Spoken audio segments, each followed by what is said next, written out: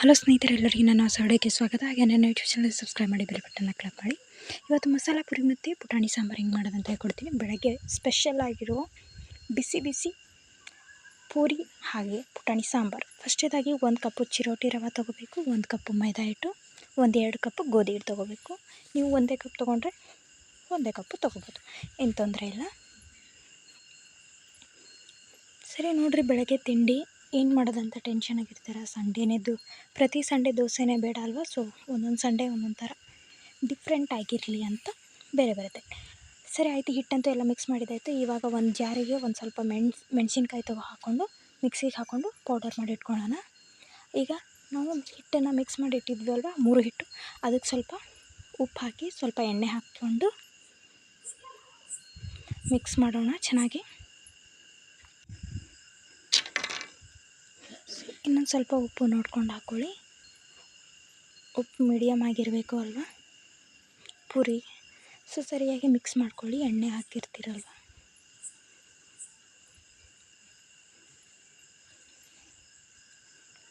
ಸರಿ, ಇವಾಗ ನೀವು ಆವಾಗಲೇ ಇಟ್ಕೊಂಡಿದ್ರಲ್ವ, ಅಂದರೆ ಮಿಕ್ಸಿಗೆ ಹಾಕ್ಕೊಂಡಿಟ್ಟಿದ್ರಲ್ವ, ಆ ಪೇಸ್ಟ್ನ ಇಲ್ಲಿ ಮಿಕ್ಸ್ ಮಾಡ್ಕೊಂಬಿಡಿ.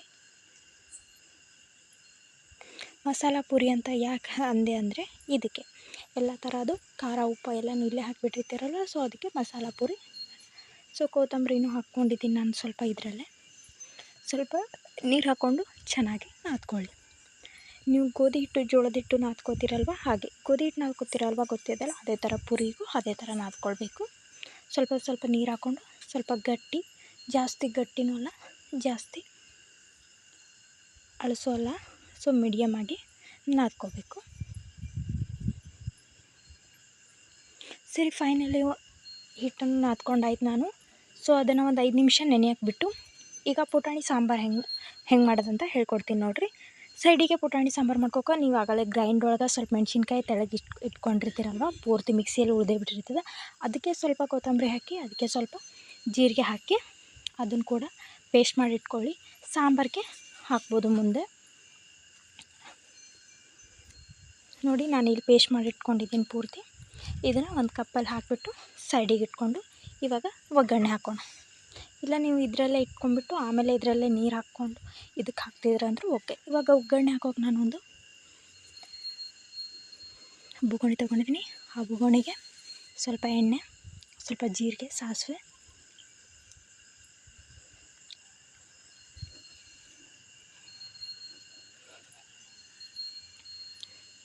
ಸ್ವಲ್ಪ ಎಣ್ಣೆಯಲ್ಲಿ ಕಾಯ್ಲಕ್ಕೆ ಬಿಡಿ.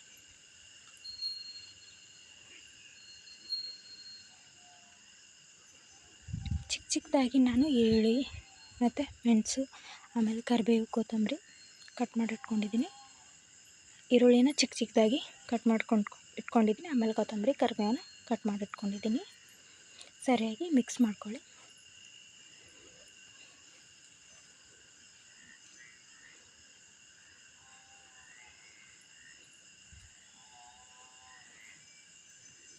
ಸ್ವಲ್ಪ ಉಪ್ಪು, ರುಚಿಗೆ ತಕ್ಕಷ್ಟು ಉಪ್ಪು, ಆಮೇಲೆ ಸ್ವಲ್ಪ ಅರಿಶಿನ ಪುಡಿ,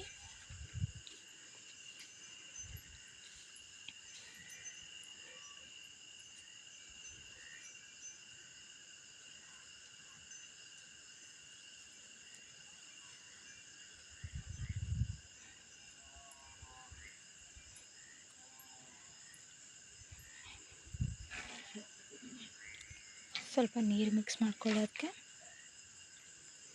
ಸರಿ, ಆವಾಗಲೇ ನಾನು ಮಿಕ್ಸಿಯಲ್ಲಿ ರುಬ್ಕೊಂಡು ಅಂತ ಹೇಳ್ತಿದ್ವಲ್ವ, ನೋಡಿ ಇವಾಗ ರುಬ್ಕೊಂಡು ಇಟ್ಕೊಂಡಿದ್ದೀನಲ್ವ, ಅದಕ್ಕೆ ಸ್ವಲ್ಪ ನೀರು ಹಾಕ್ಕೊಂಡ್ಬಿಟ್ಟು ಸರಿಯಾಗಿ ಅಳ್ಳಾಡಿಸಿ ಚಟ್ನಿಗೆ ಹಾಕೊಂಡ್ಬಿಡಿ. ಎಲ್ಲ ಮಸಾಲೆ ಮಿಕ್ಸ್ ಆಗಿಬಿಡುತ್ತೆ. ಸ್ವಲ್ಪ ಆ್ಯಡ್ ಮಾಡ್ಕೊಂಬಿಡಿ.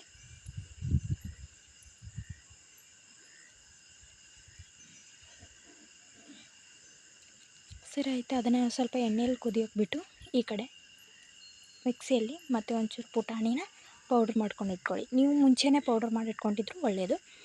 ಪೌಡ್ರ್ ಮಾಡಿ ಇಟ್ಕೊಂಡು ಒಂದು ಸಣ್ಣದು ಬೌಲಿಗೆ ಹಾಕ್ಕೊಳ್ಳಿ.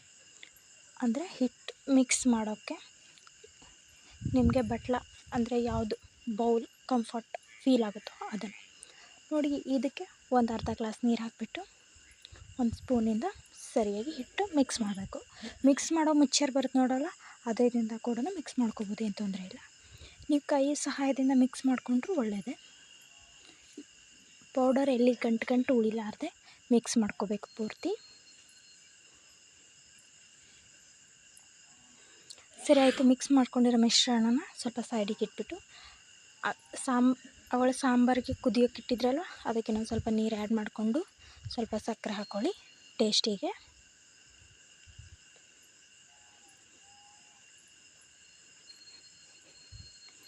ಸರಿ, ತುಂಬ ಹೊತ್ತು ಕುದಿಯೋಕೆ ಬಿಡಿ. ಸ್ವಲ್ಪ ಜಾಸ್ತಿ ಹೊತ್ತು ಕುದಿಯೋಕೆ ಬಿಡಿ. ಇದನ್ನು ಮಿಕ್ಸ್ ಮಾಡ್ಕೊಂಡಿರೋ ಮಿಶ್ರಣ ತೆಳಗಿಟ್ಟಿದ್ರಲ್ವ, ಈಗ ಅದಕ್ಕೆ ಆ್ಯಡ್ ಮಾಡಬೇಕು ಸಾಂಬಾರಿಗೆ. ನೋಡಿ, ಕಂಪ್ಲೀಟಾಗಿ ತುಂಬ ಹೊತ್ತು ಗ್ಯಾಸ್ನ ಆಫ್ ಮಾಡಿಬಿಟ್ಟು ಅದನ್ನು ಹಾಕಬೇಕು. ಗ್ಯಾಸ್ನ ಆಫ್ ಮಾಡಬೇಕು, ನೆನ್ಪಿಟ್ಕೊಳ್ಳಿ. ಗ್ಯಾಸ್ನ ಆಫ್ ಮಾಡಿ ಇದನ್ನು ಮಾಡಬೇಕು, ಇಲ್ಲ ಅಂದರೆ ಒಡಕ್ಕೆ ಒಂಥರ ಆಗುತ್ತೆ. ಸೊ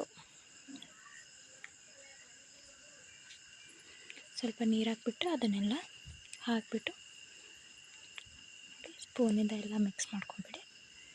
ಫೈನಲಿ ಸಾಂಬಾರು ರೆಡಿ ಆಯಿತು. ಇನ್ನೇನು ಪೂರಿ ಮಾಡೋದು ತಿನ್ನೋದಷ್ಟೇ ಅಲ್ವಾ. ಸೊ ಸಾಂಬಾರು ಕೂಡ ರೆಡಿಯಾಗಿದೆ. ಸಾಂಬಾರನ್ನ ಪ್ಲೇಟ್ ಮುಚ್ಚಿಬಿಟ್ಟು ಒಂದು ಸೈಡಿಗೆ ಇಟ್ಕೊಂಬಿಡಿ. ನಿಮಗೆ ಖಾರ ಅಥವಾ ಉಪ್ಪು ಕಡಿಮೆ ಆಗಿದೆ ಅನಿಸಿದ್ರೆ ಟೇಸ್ಟ್ ಮಾಡಿ ನೋಡಿಬಿಟ್ಟು ಉಪ್ಪು ಆ್ಯಡ್ ಮಾಡ್ಕೊರಿ ಬೇಕಂದರೆ. ನೋಡಿ, ಸಾಂಬಾರು ಕೂಡ ರೆಡಿಯಾಗಿದೆ. ನಾನು ಸೈಡ್ ಇಟ್ಕೊಂಡ್ಬಿಟ್ಟು ಈ ಕಡೆ ಪೂರಿಗೆ ಸ್ವಲ್ಪ ಎಣ್ಣೆ ಇಟ್ಕೊಂಡಿದ್ದೀನಿ. ಎಷ್ಟು ಬೇಕೋ ನನಗೆ ಅಷ್ಟು ಪೂರಿಗೆ ಕರಿಯೋಕ್ಕೆ.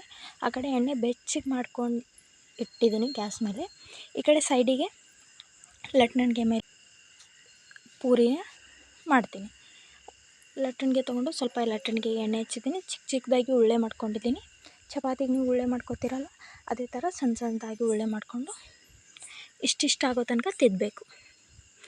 ಲಟ್ಟಣಿಗೆ ಬೆಳ್ಳಣಿಗೆಯಿಂದ ತಿದ್ದಬೇಕು. ಲಟ್ಟಣಿಗೆ ಮೇಲೆ ಬೆಳ್ಳಣಿಗೆಯಿಂದ ತಿದ್ದಬೇಕು. ನೋಡಿ, ನಾನು ಎಣ್ಣೆ ಸ್ವಲ್ಪ ಕಾಯಿಲಿ ಅಂತ ನಾನು ಮಾಡ್ಕೊಂಡು ಒಂದು ಸಪ್ರೇಟ್ ಪ್ಲೇಟಲ್ಲಿ ಇಟ್ಕೋತಾ ಇದ್ದೀನಿ. ಒಂದು ಸಾರಿ ಮಾಡಿಕೊಂಡು ಒಂದು ಸಾರಿ ಕರ್ಕೊಳ್ಳಿ, ಅಂದರೆ ಎಲ್ಲರಿಗೂ ಸಫಿಷಿಯೆಂಟಾಗಿ ಸಿಗುತ್ತೆ. ಇಲ್ಲ ನೀವು ಒಂದು ಮಾಡಿ ಒಂದು ಕರಿತೀರಂದರೆ ನಿಮ್ಮ ಟೈಮ್ ವೇಸ್ಟ್ ಆಗುತ್ತೆ. ಸುಮ್ಮನೆ ಅಂದರೆ ಒಂದು 4-5 ಮಾಡ್ಕೊಂಡ್ಬಿಟ್ಟು ಆಮೇಲೆ ಕರೆದ್ರೆ ಒಳ್ಳೆಯದಲ್ಲ. ಸೊ ನಿಮಗೆ ವಿಡಿಯೋ ತೋರಿಸೋ ಸಲುವಾಗಿ ನಾನು 2 ಮಾಡಿಕೊಂಡು 2 ಕರಿಯೋದನ್ನು ತೋರಿಸ್ತೀನಿ. 2 ನಾನು ಮಾಡಿಕೊಂಡು ಸೈಡಿಗೆ ಇಟ್ಕೊಂಡು ನೋಡಿ, ಇವಾಗ ಎಣ್ಣೆಲಿ ಹಾಕಿದ್ದೀನಿ. ನೋಡಿ, ಎಣ್ಣೆ ಕೂಡ ಕಾಯ್ದಿದೆ.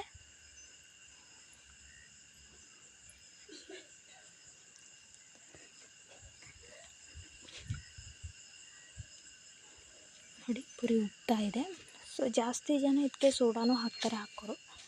ಸೋಡಾ ಗ್ಯಾಸ್ಟ್ರಿಕ್ ಸಲುವಾಗಿ ಆ್ಯಡ್ ಮಾಡಬಾರ್ದು. ಸೊ ಅದ್ರ ಸಲುವಾಗಿ ನಾನು ಹೆಲ್ತ್ ಕೇರ್ ಬಗ್ಗೆ ಮಾಡಿ ಆ್ಯಡ್ ಮಾಡಿಲ್ಲ. ಚಿರೋಟಿ ರವೆ ಬಿಟ್ಟು ಸೋಡಾನ ಆ್ಯಡ್ ಮಾಡ್ತಾರೆ ತುಂಬ ಜನ. ಸೊ ಆ ಥರನೂ ಮಾಡ್ಕೋಬೋದು, ಬಟ್ ಗ್ಯಾಸ್ಟ್ರಿಕ್ ಪ್ರಾಬ್ಲಮ್ ಆಗೋ ಸಲುವಾಗಿ ನಾನು ಜಾಸ್ತಿ ಯೂಸ್ ಮಾಡಲ್ಲ.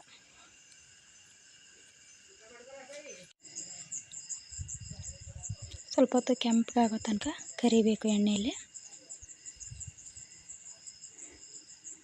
ನೋಡಿ, ಒಂದು ಪ್ಲೇಟಲ್ಲಿ ಹಾಕೊಂಡ್ಬಿಡಿ.